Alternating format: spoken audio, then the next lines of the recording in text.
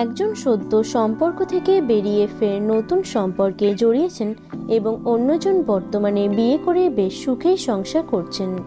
যদিও এখন তারা খুবই ভালো বন্ধু, একসঙ্গে একাধিক স্টেজ শো করছেন তারা। হ্যাঁ, কথা হচ্ছে গায়ক শোভন গঙ্গোপাধ্যায় এবং গায়িকা ইমন চক্রবর্তীকে নিয়ে। একটা সময় তাদের প্রেম বেশ চর্চিত ছিল, কিন্তু আচমকাই ব্রেকআপ হয় এই জনপ্রিয় চর্চিত জুটির।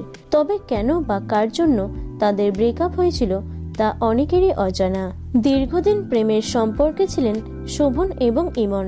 শোভনের চেয়ে ইমন বয়সে অনেকটাই বড় ছিলেন, তবে বয়সের ফারাক কোনোদিনও তাদের সম্পর্কে বাধা হয়ে দাঁড়ায়নি। এমনকি দিদি নাম্বার ওয়ানের মঞ্চে এসেও তাদের নিজেদের সম্পর্ককে স্বীকৃতি দিয়েছিলেন এবং আগামী দিনেও একসঙ্গে থাকবেন সে কথা জানিয়েছিলেন। তবে হঠাৎ কি এমন হলো যার কারণে তাদের সম্পর্ক ব্রেকআপ পর্যন্ত গড়ালো? ইন্ডাস্ট্রিতে কানাঘুষো শোনা যায় দিদি নাম্বার ওয়ানের আরেকটি এপিসোডে শোভন তার মাকে নিয়ে এসেছিলেন। সেখানে বিপত্তি ঘটে। ছেলের সাথে ইমনের সম্পর্কের কথা জানতে পেরে তিনি অন ক্যামেরায় ইমনকে যে পুত্রবধূ হিসেবে তার মোটেও পছন্দ নয় সেটা বুঝিয়ে দেন। এর কিছুদিন পরে তাদের সম্পর্কটা ভেঙে যায়। তবে শোভন ইমনের সম্পর্ক ভাঙার পেছনে আর অন্য কোনো কারণ আছে কিনা তা স্পষ্ট নয়। ইমনের সাথে বিচ্ছেদের পর শোভন অভিনেত্রী স্বস্তিকা দত্তের সঙ্গে সম্পর্কে জড়িয়েছিলেন।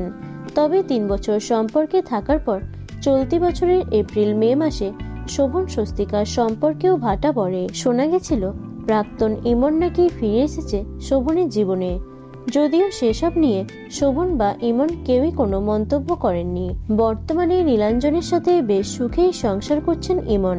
পাশাপাশি তার সফলতাও এখন আকাশ ছোঁয়া। আর শোভনও আবার টলি অভিনেত্রী সোহিনী সরকারের সাথে নতুনভাবে সম্পর্কে জড়িয়েছেন। তো বন্ধুরা, এই বিষয়ে তোমাদের কি মতামত অবশ্যই কমেন্টে জানিও। ভিডিওটি লাইক এবং শেয়ার করো। এছাড়াও টলি দুনিয়ার অন্যান্য খবর পেতে চ্যানেলটি অবশ্যই সাবস্ক্রাইব করে রেখো।